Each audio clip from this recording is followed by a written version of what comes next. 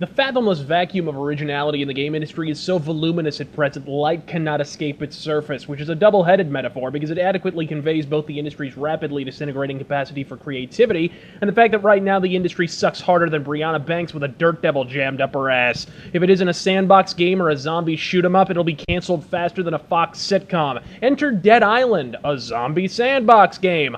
I can't facepalm any harder without suffering a concussion. Oh, but surely the story justifies such a premise. Are your ass cheeks clenched in anticipation of this work of narrative genius? Okay, you're on an island, right? So are zombies.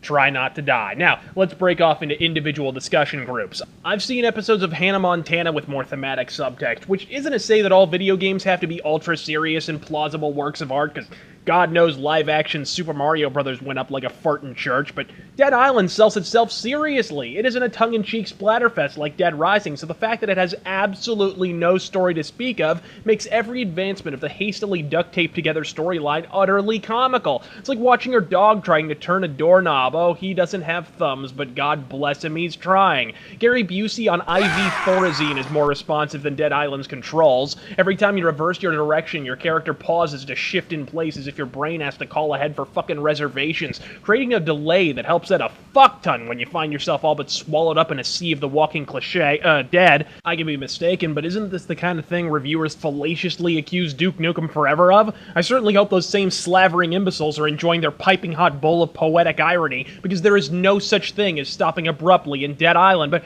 hey, at least when you attack someone with a melee weapon, your character's arms flail around like a rock'em sock'em robot with MS, causing you to miss the enemy half the fucking time. And what is with that targeting reticle? When you're walking around normally, the reticle faces forward like a good targeting reticle should. When an enemy is anywhere in a 6-block radius, suddenly it does a fucking Cirque du Soleil routine. Has the industry fallen so far that the designers feel compelled to aim for me now? Well, gosh, I'm not sure I can master the deeply cerebral art of moving my fucking thumbstick off-center a fraction of a goddamn inch, but I'll certainly give it the old college try. So long as you've deigned to speak for the slobbering masses, why stop there, shitheads? Why don't you just hardwire cybernetics into my fucking occipital lobe and play the goddamn game for me while you're at it? After all, asking the modern game industry to treat the consumer like anything other than a drooling turpentine connoisseur is like asking Milli Vanilli to sing a cappella. It doesn't help that when you swing your weapon, the fucking camera moves. Who directed this game? J.J. Abrams? I don't need to be struggling against stylized fucking shaky cam while I'm frantically swatting my styrofoam weapon at hordes of the Walking Dead. Actually, the Walking Dead is a fallacious descriptor, as apparently being deceased doesn't slow you down even a little bit.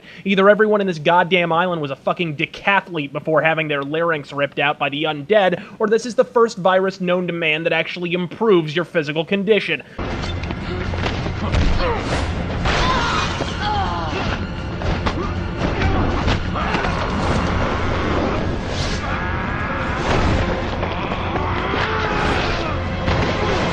Some of these zombies have half-rotting hamstrings hanging out of their leg, yet they can still somehow break the motherfucking sound barrier when it's time for the 100-meter dash. The hypocritical fucks at mainstream review sites who soiled their britches over the supposedly racist depictions of black people in Deus Ex 3 are curiously silent about Dead Island, I notice. I tell you what, Jim Sterling, put down the rack of live elephant you're currently gorging yourself on, head on over to Dead Island's character select screen, and scroll to the right as fast as your stubby bacon grease-encrusted digits will take you until you at last arrive at the playable character of Sam B., the rapping black man reputedly hailing from Nolans, who readily explains that his mother's bygone profession was that of a cock-gobbling crack whore. I mean, what does this game have to do, you transparent fucking apologist? Tap dance on a fucking watermelon? They literally all but named the guy Sambo, and you're too busy fucking up your site design to notice. The homeless broad from Deus Ex just sounded like she wanted to sell me some Uncle Ben's dirty rice. Fuck, I've met people that talk like her. I have never in my life have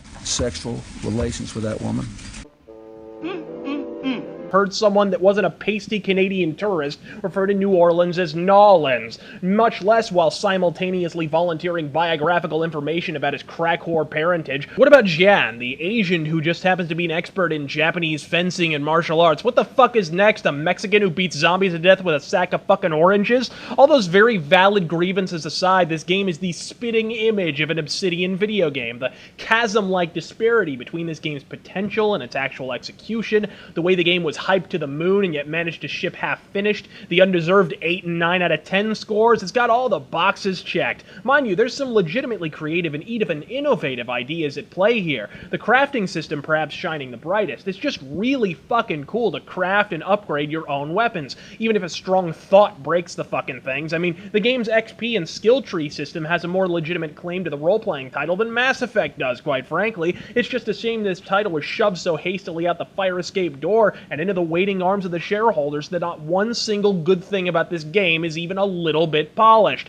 For instance, it's fantastic the game has shops, but the entire economy of the game is broken beyond fucking belief. By the time I encountered my first shop, I had enough money to buy the motherfucking island. Is online awesome? Yes, it's absolutely awesome, as long as you don't look at your teammates. Turning your attention from a recently mutilated zombie corpse to see Logan's faux hawk bedecked ass flapping his goofy arms around, his legs turning independently of his goddamn torso, is a sight that once seen solidifies the fact that you will never again take anything seriously. It's like seeing a clown's cock or something. Is this game worthy of the 8 and 9 out of 10 scores it's received? Abso-fucking-lutely not. And I don't blame the video game media entirely. By and large, video game reviewers and journalists are hardworking, well-read, invariably qualified.